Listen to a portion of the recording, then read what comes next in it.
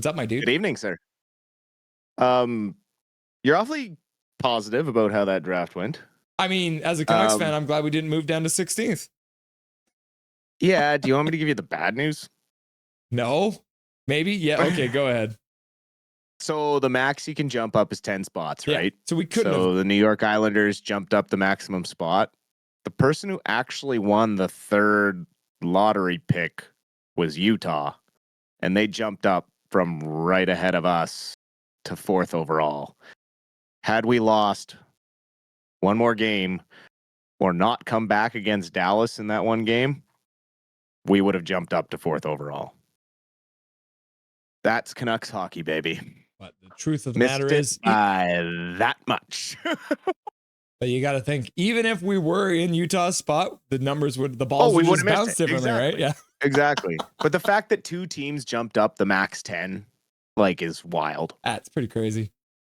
And they did it live. I mean, it's called a lottery for a reason, right? It's just Canucks continue to be one of 5 teams that have never moved up ever in the draft lottery since it became a thing during the Crosby draft lottery. We've never drafted number 1 overall. Like, it's just never happened. Ever since we lost a coin flip in 1970. Yeah.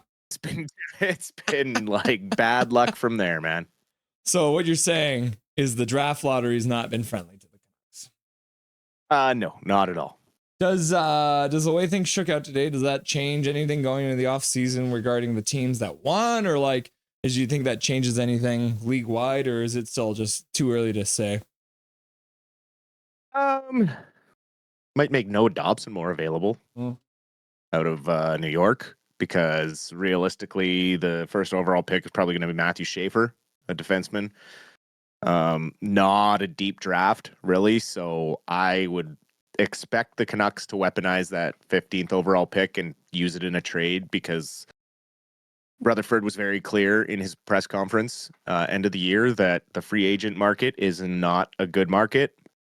They're likely going to have to bolster their top 6 forward lineup through trade, and using a first round pick at the draft for some teams might help you get a trade completed. So especially in not a deep draft, when the Canucks have quite a bit in the cupboard right now, you can actually afford to move this draft pick this year. I know a lot of people are married to first round draft picks, but really it's so thin this first round that picking after 10 is like maybe they see NHL time if you're lucky type thing. They're all kind of rolling the dice. It's just one of those weird years. Sometimes you just have an off year where there's no kids that show that real promise.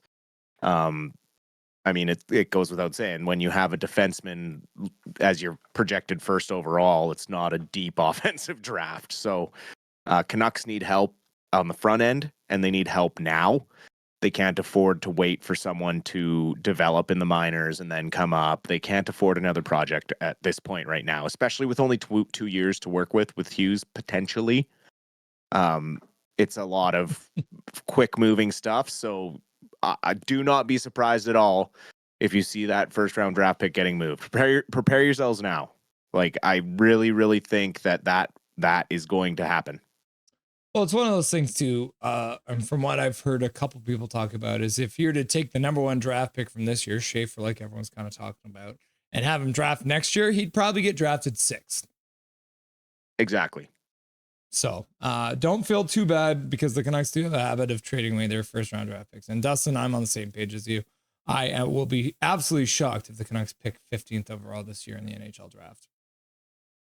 Me too. Yeah. So same old. Not a whole lot, but I mean, it was fun. I would say finally, I don't know what took them so long. Why did they not? Because have they done this before where they had the balls actually bouncing on screen? Or is this the first time they've done it live? First time they've done it live. They've had little clips of the balls coming out of the machine, just for the snippet, B-reel, basically. Yeah. Oh, look what we did. And then they come out with their stack of tiles and they stand there one by one. This way it was 3 done. I mean, it still didn't make a ton of sense because all the different numbers you get based off your odds and right. I don't know. But yeah, I mean, it's probably the most transparent they've ever been with a draft lottery. So that was nice from the fan perspective. But still a little bit confusing on how they set the rules for it and how they decide what numbers mean what. But Math is hard. hey, math is math. Yeah.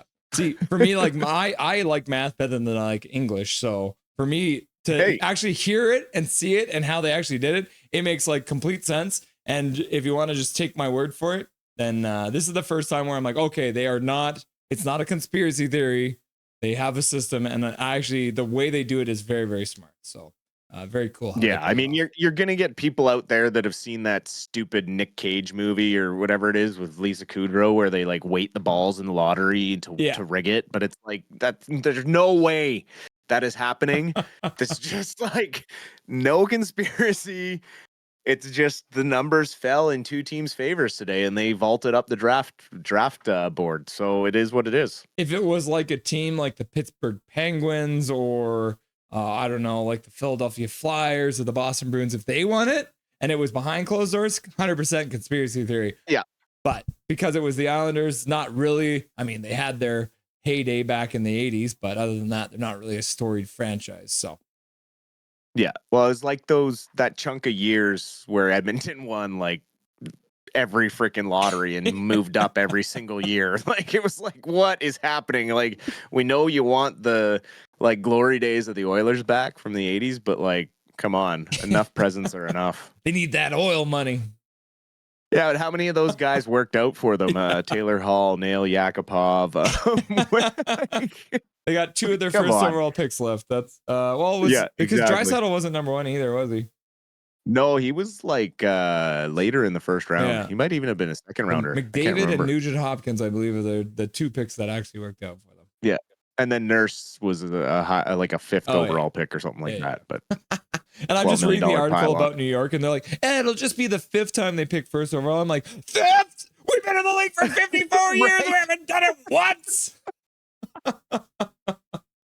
Maybe next year's our year. We'll find a way to trade for it, right? Like we'll make a trade and we'll get someone's first round pick and they'll blow it and we'll get their draft lottery odds. We're going to win the cup and we're going to get Gavin McKenna.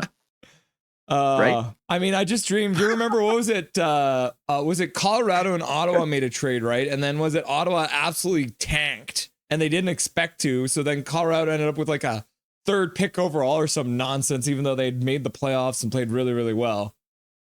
Yeah, that's what we need. Oh yeah, I mean it's happened before, right? Like we need that. We just need some luck. Yeah. Like after this year, we just need something to kind of go our way. And like even Rutherford is kind of like, you know what?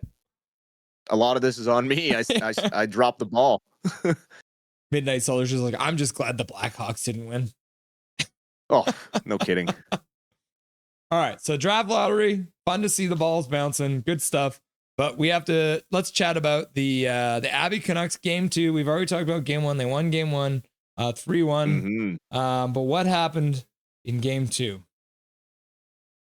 Well, we had talked a little bit up until the end of the second period. So it was 3-2 Coachella going into that third period. Jujhar Khaira had himself a game. He really, really played well. Coming out in the third period, got the game tied up at 6 minutes into the third period, with assists going to Nate Smith and Sammy Blais. Sammy Blais has been just a grinder in the playoffs so far, man. Just really showing his veteran presence, working hard on the forecheck, throwing his body around, getting the puck loose for the other forwards. And Jujhar's been huge in front of the net. So a couple of veteran guys really helping out in these playoffs because the team is quite young. So it's good to have these guys that have NHL experience. And then also Blais, who's a Stanley Cup winner, but he's still younger than 30 years old playing for these guys. So it's really good stuff. And then 13 minutes into the third period, Jujhar Khaira getting a second of the game from Nate Smith and Sammy Blais again. So that line was cooking, putting the Canucks up 4-3, taking their first lead of this game. It wasn't enough, though. Tolopilo had come in at the beginning of the second. It stopped everything up until 15 minutes into the third. Ben Myers getting one past him. Just a good setup from Coachella. They move the puck around quickly. They're big guys, so they get traffic in front of the net. It makes it tough for goalies to track the puck. And then we were going into overtime. Regulation ended tied at 4-4. Overtime was really good, kind of back and forth. Abbotsford had some chances. Coachella had some chances. And then just an unfortunate kind of rookie moment from Nikita Tolopilo in this one. Went behind the net to play the puck and didn't really have an Abbey Canuck to play the puck to, and he kind of hesitated. Coachella came in, the forward stole the puck, went right to another forward who then had basically a wide open net for the win in overtime. Which was really unfortunate because the Canucks worked hard to get the lead in this one and also almost complete the comeback. They couldn't quite hold on to it in regulation, but this was kind of one of those games that was back and forth. I thought they were going to get it done in overtime, and then it was just an unfortunate play that ended up in the back of the net. I don't read really too much into it. I think coming home and having the energy of the home crowd on Wednesday night, they're really going to just bring it to Coachella the way they bounced back in game 3 against Tucson and shut them out 4-0 and just took the game right to them. I would expect more of the same of that. Hopefully Lekkerimäki is now back healthy and is able to go and bring some of the energy he had early in the season.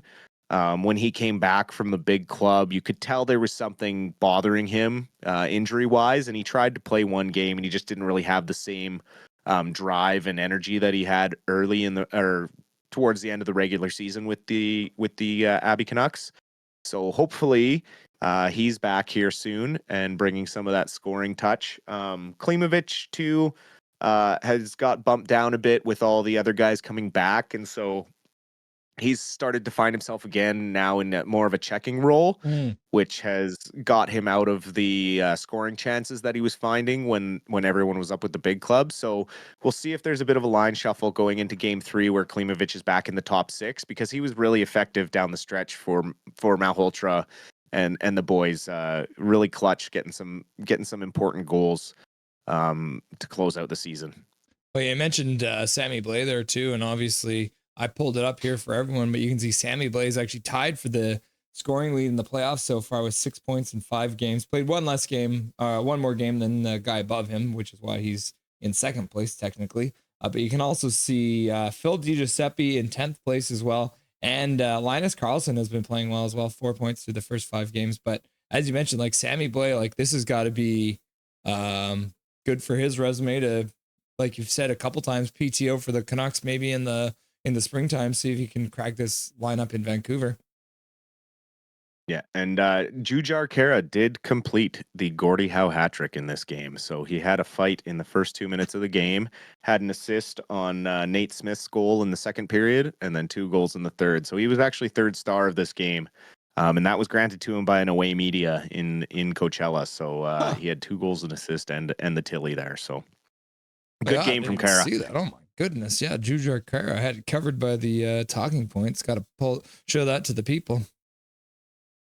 Third star, 2 goals and an assist, right? So 3-point night for the boy. Surrey native from my hometown. So game 3 Wednesday night in Abbotsford. So it should be a lot of fun. The barn should be rocking.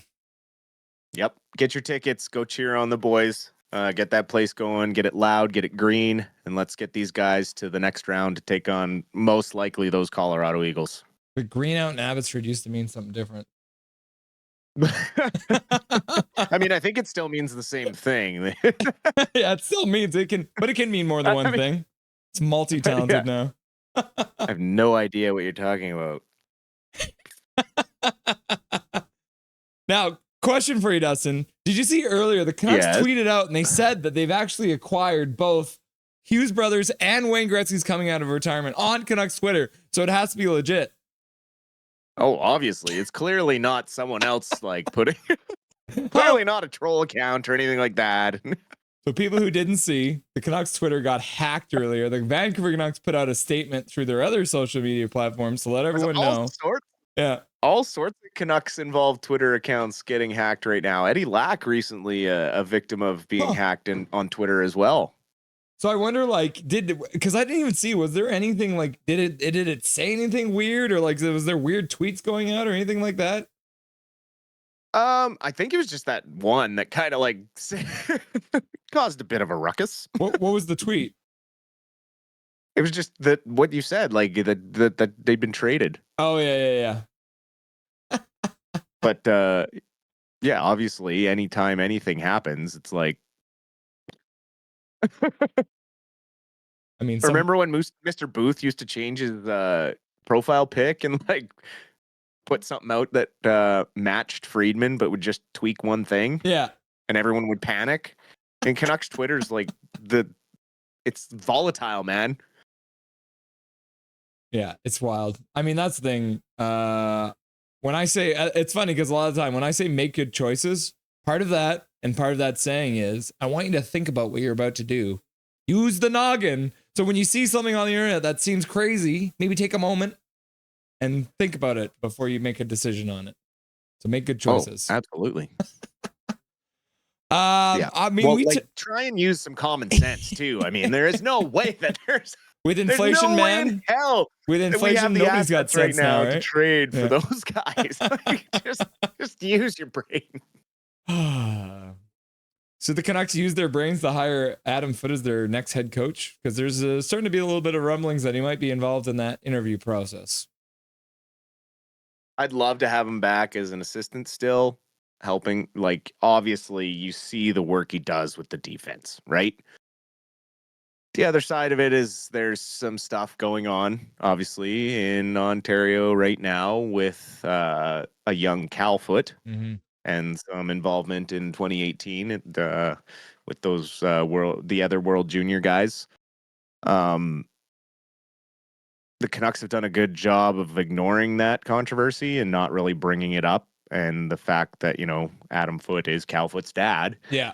So as that goes on, is Adam Foote going to be able to focus on being a head coach if that goes sideways for his son or in some way, his son is going to have to go to jail or may have to go to jail or something like that, right? Like, what version of Adam Foote are we going to get? How focused is he going to have to be then on everything that's going on with his son? Like, I feel like that was part of why Gonchar and him kind of split time, because I'm sure he did have to spend time away from the club to help out with the stuff Cal's going through. So yeah, while I get the shift of an assistant to the middle, again, Adam Foote hasn't been a head coach. So why would you just assume that he's ready over someone who's been an assistant coach twice, has been given a head coaching job, was handed a really tough year, for all intents and purposes, with everything that the Abbey Canucks went through this year because of the Vancouver Canucks, they should have finished last. Like, they had an ECHL goalie on their roster for a quarter of the year. And he went freaking 7-2 with a 90% save percentage. Like, the work they did with bringing in Justin Pogge as a goaltending coach, he's done incredible work with every single goalie on that roster, keeping them above a 90% save percentage. Like, there's not a lot of teams that have 3 goalies that have that type of save percentage. So the stuff that Manny has done to build his resume makes him more qualified than Adam Foote, in my opinion. Like, Adam Foote hasn't coached an AHL team from what I know. He's been an assistant coach in the NHL for quite a while. Like, he's been on a lot of benches, has worked with a few people, but I mean, it's no different. He'd be a rookie head coach just the same as Manny, right? So I think a guy who's been running an AHL team kind of knows how to set a lineup and do offense as well, is a defensive-minded offensive player. Like, I mean, Manny Malhotra is kind of the best of both sides of the puck, right? Like, he could score when he needed to.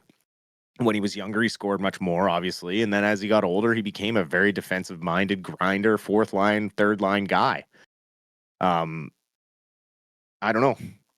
And obviously there's other candidates out there. Like, you hear Jay Woodcroft's name being thrown around, which honestly, he is a good coach. He wasn't handed any defense or a goalie in Edmonton, and he had them playing really good hockey. He just wasn't given the tools to actually be a competitive playoff team. So, there's those types of names out there. It's just how much are they going to cost? We know that they threw quite a bit of money at Dockett. So money wasn't the issue. I don't know if you heard Brian Burke on with Jeff Merrick recently, but Berkey had heard back in February that Tocchet wasn't coming back. And we actually talked about it we noticed a change in his demeanor, right? Like something changed. And it was like after JT Miller came back and nothing was really fixed and getting better, and he just seemed to be dejected, and something had definitely changed about everything with Tocchet. And so I wasn't surprised when he didn't come back at the end of the year and we all know how I feel. I really think Manny's ready for the job. I think we're going to have to bring in some of those young guys to fill some holes because there isn't free agents out there. If you can't get a trade done, what are you going to do, right? Like Besser's going to walk. So you bring up Danila Klimovich, who's a right-handed shot. He's similar skill set to Besser. Mm-hmm. Faster for one, little smaller, like skinnier, but not by much. He's taller. So I just think that there's some guys that are ready to kind of make that next step. And Rutherford had talked about it similar to when Mike Sullivan got promoted from the AHL up to the NHL. He brought up guys like Connor Sheary that no one really knew were ready except for him because he had been working with them in the AHL. And he said, these guys need to be in these spots up here. And he won back-to-back Stanley Cups as a rookie head coach because he knew what he was bringing into what he already had. And that is kind of where Manny is at right now. And he's going to inherit enough that he could probably fill the holes with some guys down below, and then the Canucks can go out and get one more top six guy, maybe a guy who can play center and wing, like a Tage Thompson. Right? Nice. Like Buffalo's got to make some changes. They can't keep beating the same dead horse, right? They got to move somebody, and there is a chance you could maybe get one of those big two guys off that top line, Tuck or Thompson. Thompson's a right-handed guy who can play down the middle. He plays the majority of the right wing, but can also play center when you need him to. And that him on PD's wing would be incredible. I'd be willing to give up a few prospects, especially some of our D prospects right now, because we are overrun. Like, yeah, it's great to have them, but where are they going to play and when are they going to play? Like we also got Sawyer Minyo coming up now, and he's like insulation now for if Hughes leaves in 2 years. He's basically going to slot right in and be Hughes 2.0, hopefully. But we do have some things we can weaponize to maybe bring in someone like that. And he's also a very cap-friendly guy. $7.25 million cap hit for not back-to-back, but 40 goals, like one down season and 41 and 47 goals. Come on, for $7 million? Like, that's why I just can't get behind the amount of money they want to, like, some people want to give Besser, is when you see other guys around the league in comparables and what you can get via trade. Like, I just can't see committing to him. Yeah, I mean, and not for the years that apparently he wants to, right? Yeah. And so, yeah, like, to bring it all around, Foote would be obviously a consideration. Every assistant coach is always a consideration. Most of the time they step in as an interim coach, right? But I think he's way less ready than Malhotra on the list of names that we're going to go look at. An interesting point you make, and going back to Malhotra, is if you remember, a big part of that 2011 team was a whole bunch of guys who played for the Manitoba Moose together, and Bieksa and Kessler and Burroughs. All these guys came up together, and they were a big, huge part of that team that went all the way to the Cup final, even if they came up a bit short. There's a lot to be said from building within, and the Canucks had a tough time doing it because Benning was shuttling all our draft picks out of town and trying to sign free agents to patch holes in a sinking ship. Either way. And now we're at a point where we're back in a position of of we're in a good spot. And bringing in a rookie head coach to kind of change the culture after the disaster that just happened. We need someone fresh, new ideas. He knows the Sedins. He knows the organization. He was a beloved player with the fans. So the fans are going to instantly love him. And all it takes is one big win in the first week of the season. They're like, yeah, man, he's the best coach ever. Like, that's how easy it is to win over Canucks Nation. I mean, we know this. Yeah, so that's probably why he's the man. Danila Klimovich is 6'2", 202 pounds. Brock Besser is 6'1", 208 pounds. But I mean, Danila Klimovich is also only he's 6 years younger than Brock Besser. Brock Besser is currently 28, so that means Klimovich is only 22 or 23, depending on when his birthday is. Yeah. So, and I think he's ready to be given that shot. Yeah. Same with Lekermacki, right? Like those are the guys that will make a bigger leap with a coach like Malhotra coming up and bringing them and utilizing them in the right positions because he's worked with them for an entire season. Like that's just something that can't be brought in from outside organizations. You can't bring them in and be like, here's all your rookies. It just makes more sense to hire Malhotra. And everything from Rutherford's press conference, his first one, like he basically spelled it out. He basically said, Mike Sullivan's going to New York, and then 3 days later, Sullivan signed a contract with the Rangers. And he pretty much said that Tocchet wants to go back to Philadelphia. Like he said, he wants to go back to the Eastern United States and be closer to family.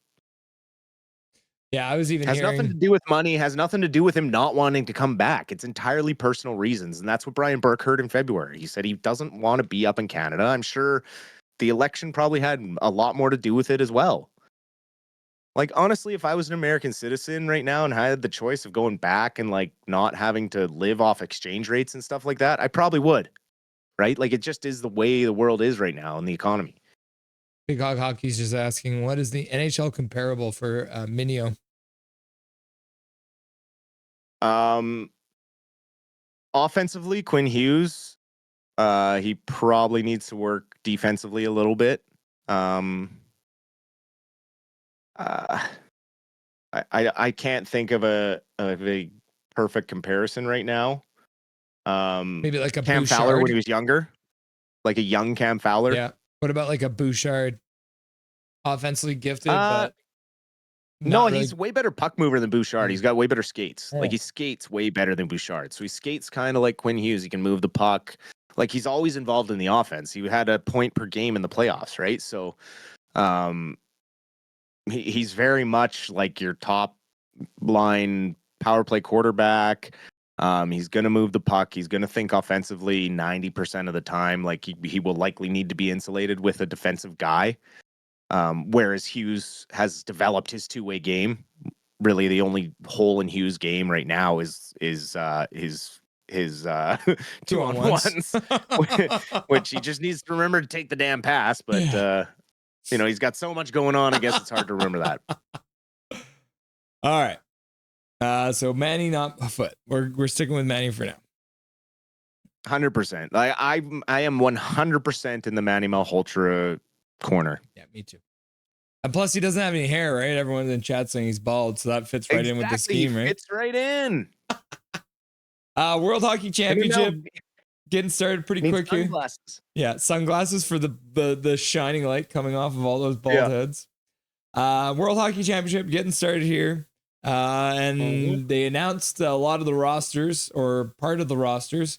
But then a couple of additions came in today, a couple of veterans. Can you tell me who's going to be playing for Team Canada at the World Championships? I don't know. Have you heard of him? I don't know if Chat's heard of him. No. He's just some guy, he's scored an important goal for Canada once Sidney Crosby or something. Sidney Crosby, like that. Yeah. Some New Brunswick, right? Yeah, he's a young guy from the Pittsburgh Penguins. They call him Sid the Kid. And then, they needed another goalie. So obvious choices, Marc-Andre Fleury. I mean, why not? Yeah. Right? Why not? Give him he still has it from what he showed this season. why not go out and have one more international competition? You know, he's not going to make the Olympic team. So if they're going to invite him, he might as well say yes. It's pretty cool to see him getting another shot. And guys like that going, I'm going to watch now. Oh, yeah. Is it confirmed? Is Nathan McKinnon going too? Because I heard there's a rumor that he was going to be headed as well. I don't know if that was confirmed yet, though. We'll see. He was a pretty sad boy. Pretty sad boy the other night, Mr. McKinnon. Crosby says McKinnon's coming to Stockholm. Well, there you go. I mean, if anyone's going to convince him, it's Sid. Oh, yeah. Right? Like he's like big brother, right? Yeah. And Come on, Nate. I know you just lost, but let's go play for the country and like shake it off. You know, you'll make new friends. Rantanen's not going to haunt you forever. Only for this season. I mean, we'll talk about it for a while. Yeah, because I mean, even if you look at it too, like the Team Canada roster ends up actually being a fairly young one, like Toffoli. Macklin Celebrating will be going. There you go. So looks like yeah, it's gonna be a lot of young guys, but it's fun to have these old guys going in to kind of show them how it's done as well. Yep, exactly. And obviously there were a few rosters announced a while ago. Marcus Pettersson and Tom Wielander playing for Team Sweden. Wielander's probably like an extra, I would guess. He was playing like in their last exhibition game, he was playing second, or he's playing with Marcus Pettersson, and then he was running the second power play. So I don't know, maybe he is going to play lots of minutes in the World Championship. And then Hronik officially named to Team Czechia as well. So yeah, actually, I'll pull it up here because we got the Canucks heading over there. The roster that's been announced so far. You've got you also got Bo Horvat playing, Travis Konechny, Adam Fantilli, Will Cooley, Forster, who's a really good player, young guy out of Philadelphia, Ryan O'Reilly, another old guy going over, right? So, yeah, it's a good mix of grit and veterans and some young guys and some size, some physicality. Cooley, that Will Cooley kid throws it, man. He throws his body around. Yeah. So it should be fun. Definitely, it's one of those things you love to see it. We're spoiled nowadays, right? You can just PVR it, even though it's at 2 a.m. or whatever it is, and watch it in the morning. Absolutely. Live sports is so much better, though. True enough. I mean, although the only reason that I actually watch Canucks games live is because I'm doing a stream now. Before I would literally do all of it PVR'd and just skip all of the commercials because I hate them. I suffer through the commercials for you. As of yesterday, Big Hog, Wielander was listed on the official roster. However, it's not specified whether he's going to be like an injury reserve or if he's going to be on the regular team. But in their last exhibition game that they just played, all signs kind of pointed to that he was going to get some ice time in the World Championships. So we'll see. Yeah, Calvin 99 Charlie Bedard is not going, but that is not because they didn't invite him. It was probably his choice. Yeah. Dustin, Wednesday night, Wednesday day, we're doing a double header. We're going to be doing both games that day, which is coming in as the next game between the Florida Panthers and the Toronto Maple Leafs. And then as well, you're going to have the, I believe it's the Jets and the Stars playing that night. Did you want to join for one of the intermissions? I was thinking maybe like the Stars and Jets we could do late because we can catch maybe the tail end of the Abbey game as well then. Yep, that's what I was just going to suggest is me coming on as late as possible. Yeah. So maybe do a post game. Yeah, if you're feeling up to it. I know it's a long stretch for those double headers, but definitely the last intermission of game 2, we will aim for that. Yeah, because it is a 9:30 start, so it's actually a 6:30 start. So they, barring overtime, the game should actually be ending a little bit before the Abbey Canucks game, which might end up winding up pretty good with their 7 o'clock start. Perfect. Is there anything you want to say to chat before I let you go? Oh, thanks for dropping by as always. I mean, appreciate you guys. Love your questions. Love answering your questions. And appreciate all the support as always. So it makes it easy to come on and do this. And I hope everyone has a great rest of their night.